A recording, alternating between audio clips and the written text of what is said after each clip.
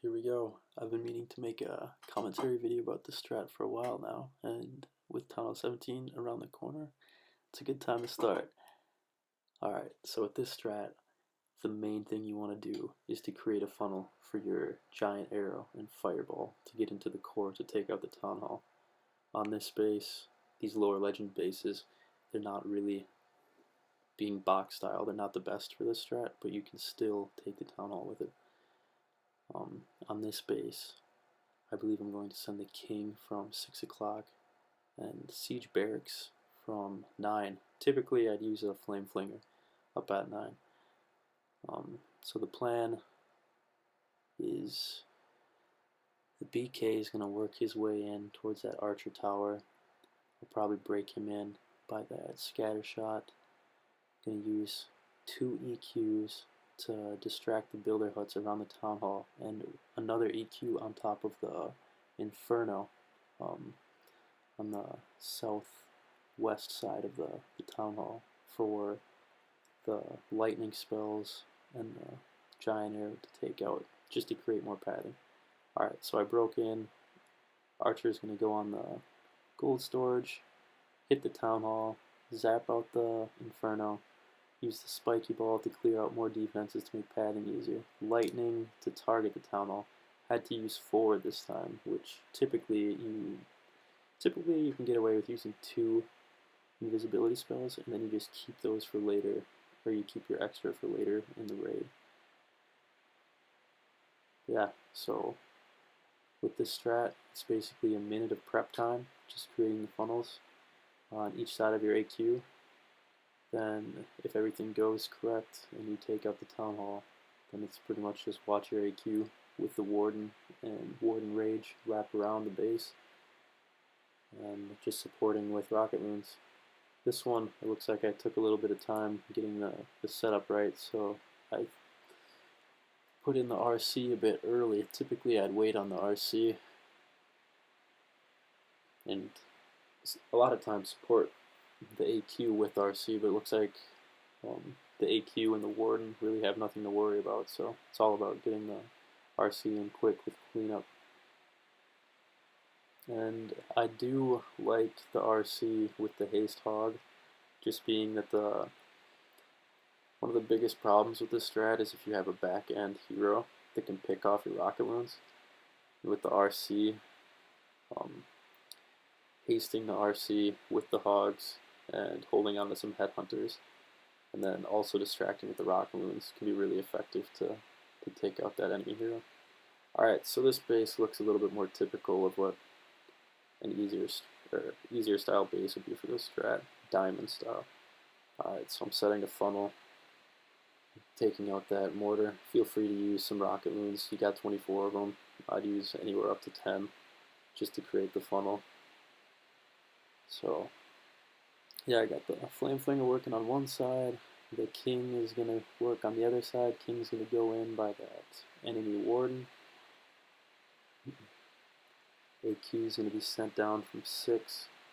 And with the inferno tower and the monolith being really close together, those are going to get zapped out just so that my AQ, once she gets popped, she doesn't have to worry about taking monolith shots.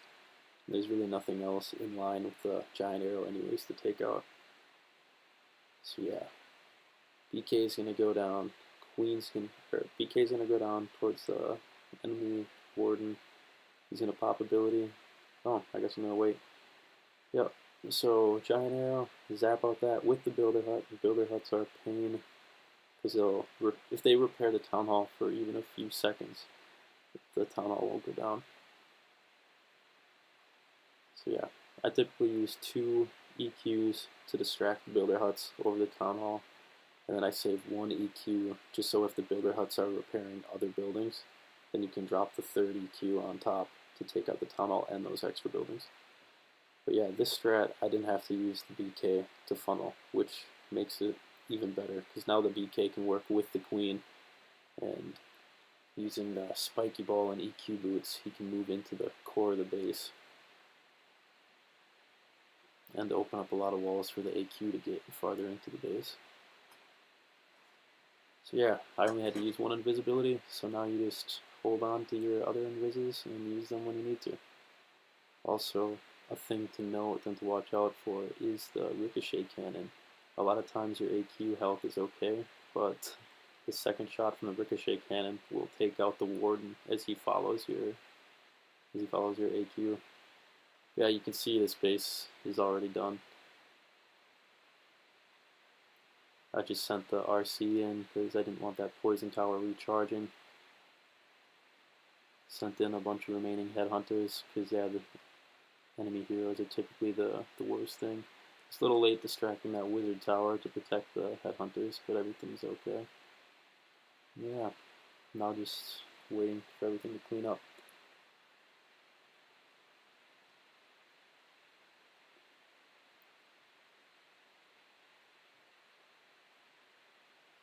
Alright, this is another horrible box base, low legend for this strat, but we're gonna make it work.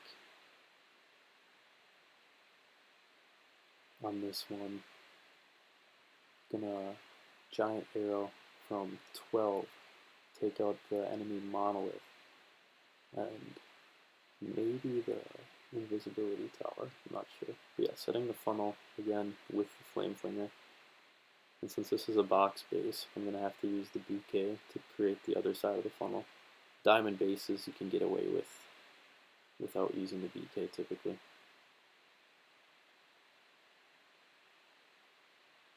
Yeah, distracting that archer tower, getting the whiz down, trying to make sure that bouquet goes inside. He goes inside.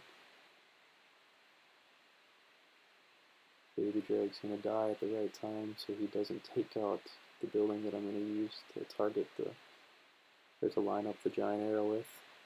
That can happen too. Alright, so those are, I used 3 EQs that time. I got the town hall, or the builder hut's distracted. And the nice thing about this strat is that it's kind of a delayed warden ability, so you can kind of develop or work on the fly.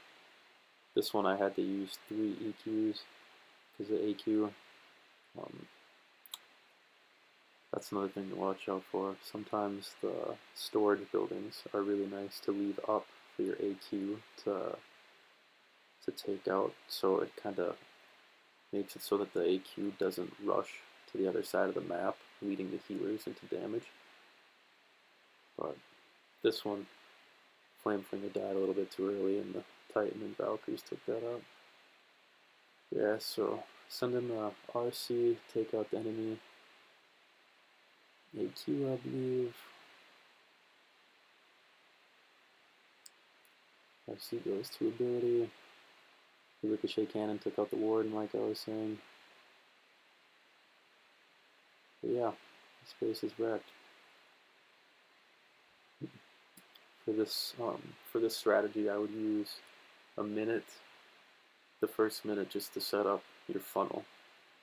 Then you got about 5 to 15 seconds to get your giant arrow shot, your fireball, and your zap stun. And the rest of the two minutes, or a minute 30, is just watching your heroes walk around the base.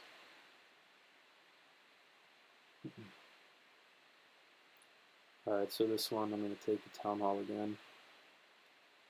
And if you look around the town hall, there's not really that many defenses that are going to distract where the fireball is going to go. So I'm just using a few rocket loons just to make sure I don't have to use invises, and I can save the invisibility spells for later.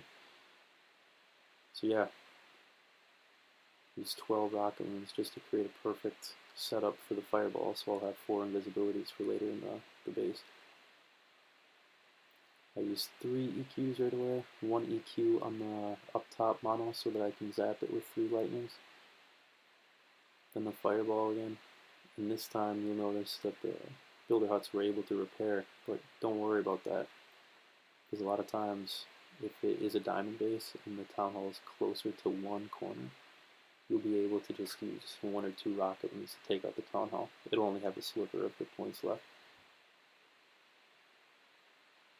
And the thing on this base, I did not want the BK and the AQ to walk to the right. I would much have rather had them walk to the left. So then the Flame Flinger just could have worked a little bit more, but I guess the Flame Flinger popped anyways. But yeah, typically you want your BK to meet up with your AQ on the opposite side of where the Flame Flinger is. Use the EQ boots to let AQ in. And drop the RC, so RC can synergize with the E-Titan. The nice thing about the E-Titan is, and the E-Titan and the Valks, is they take out the enemy Skelly spells, and even sometimes you can use them to take out enemy CC. You have one hog in the army, so if you deploy the Flame Flinger close to the CC, and then you notice that your Flame Flinger is about to pop anyways, just drop a hog to lure the enemy CC, and then when the enemy CC comes to the Flame Flinger, the E-Titan will easily take out whatever is in the enemy CC with one poison spell. And yeah, three invises left over. Bunch of rocket loons. Yeah, the strat's OP. This is another difficult base, the center town hall. Looks like I'm going to set a funnel at 6 and then set a funnel at 9. I got the CC close to 6 that I'm going to have to worry about. If I, yep, looks like testing for Tesla accidentally lured the CC, but that's alright. Especially with the super minion CC, as long as you lure them away from the CC a little bit and you drop a poison on them, they're really easy to deal with.